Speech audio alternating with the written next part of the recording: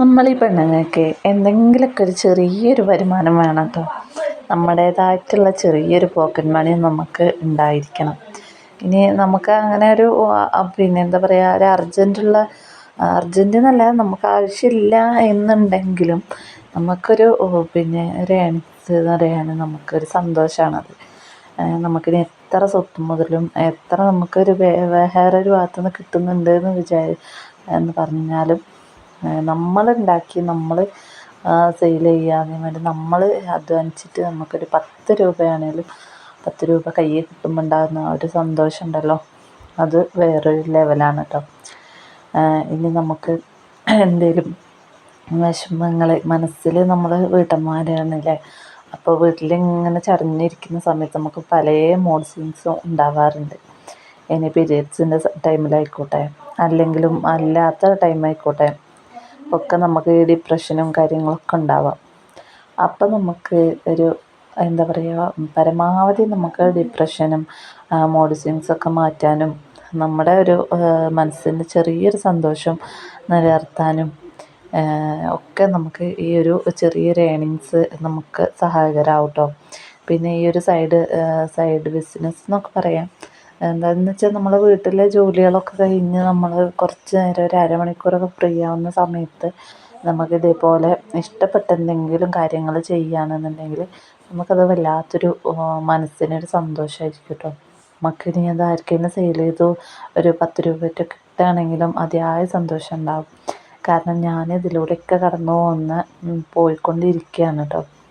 അതുകൊണ്ടാണ് ഞാൻ നിങ്ങൾക്ക് ഇതൊക്കെ അങ്ങനെ പറഞ്ഞു തരുന്നത്. ഞാനൊരു വീട്ടമ്മയാണ്. ഞാൻ പുറത്തൊന്നും അങ്ങനെ ജോലിക്കോ കാര്യത്തിനൊന്നും പോയിട്ടുള്ള പരിചയമില്ല, പോയിട്ടുമില്ല കേട്ടോ. എൻ്റെ ഹസ്ബൻഡിനെ അങ്ങനെ വിടാനുള്ള താല്പര്യമില്ല.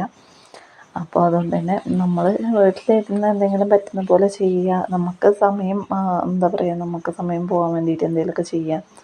നമ്മുടെ ഒരു മനസ്സിൻ്റെ ഒരു സന്തോഷം ഇത്ര തന്നെ. പിന്നെ പൈസക്ക് വേണമെങ്കിൽ നമ്മൾ ഇതൊക്കെ ഈ സാധനം മെറ്റീരിയൽസൊക്കെ വാങ്ങുന്നത് നമുക്ക് പൈസക്കാണ് കേട്ടോ. ഈ ഒരു പാക്കറ്റ് വന്നിട്ടുള്ളത് നമുക്ക് 15 രൂപയൊക്കെയാണ്.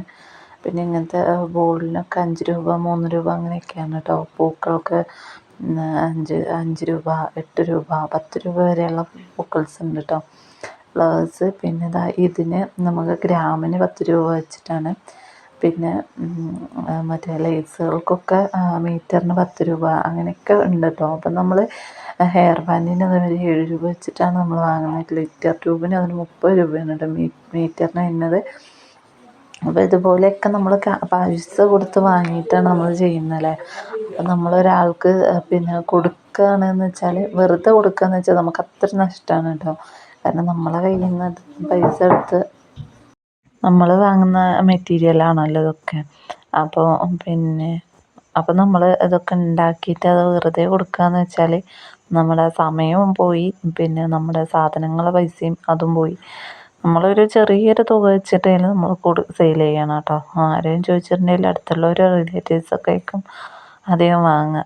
പിന്നെ അപ്പോൾ നമ്മൾ അങ്ങനെ സെയിൽ ചെയ്യാൻ കടയിലൊന്നും കൊണ്ടുപോയി കൊടുക്കുന്നില്ലല്ലോ. കൊടുക്കുകയാണെങ്കിൽ അത്രയും നല്ലത് കേട്ടോ. നമ്മൾ ആ സാധനങ്ങൾ സെയിലാവുകയും ചെയ്യും. പിന്നെ നമുക്കൊരു മനസ്സുഖം, പിന്നെ ഒരു സന്തോഷം. ഒരു 10 രൂപ കിട്ടുമ്പോൾ അതിൻ്റേതായിട്ടുള്ളൊരു അഭിമാനം ഒക്കെ തോന്നും കേട്ടോ. ഞാൻ ഇതിലൊരു 5-6 പീസ് ഞാൻ കൊടുത്തു. അപ്പോൾ എനിക്ക് ഭയങ്കര ഒരു സന്തോഷം ഒക്കെ ഉണ്ടായിരുന്നു കേട്ടോ. കാരണം നമ്മളെ കയ്യിൽ പൈസ ഇല്ലായിട്ടില്ല, പക്ഷെ നമ്മൾ എന്താ പറയുക, നമ്മൾ വർക്ക് ചെയ്തിട്ട് നമ്മൾ ഹാർഡ് വർക്ക് കൊണ്ട് നമുക്കൊരു 10 രൂപ കിട്ടുക എന്ന് പറഞ്ഞാൽ പറഞ്ഞറിയിക്കാൻ പറ്റാത്തൊരു സന്തോഷമായിരിക്കും കേട്ടോ. അപ്പം നമ്മൾ ഈ മെറ്റീരിയലൊക്കെ വാങ്ങിയിട്ടുള്ള പത്തിരി ഈ ഒരു കടയിൽ നിന്ന് ആണ് കേട്ടോ. സ്റ്റാർ വൺ എന്ന് പറഞ്ഞിട്ട് ഒരു കടയിൽ നിന്നാണ്, നമ്മുടെ കക്കോടൻ പമ്പിൻ്റെ നേരെ ഓപ്പോസിറ്റായിട്ടുള്ള ഷോപ്പിൽ നിന്നാണ് കേട്ടോ നമ്മൾ വാങ്ങിയിട്ടുള്ളത്. അപ്പോൾ ആർക്കെങ്കിലും വേണമെങ്കിൽ വയനാട്ടിലുള്ളവരാണെങ്കിൽ അവിടെ പോയാൽ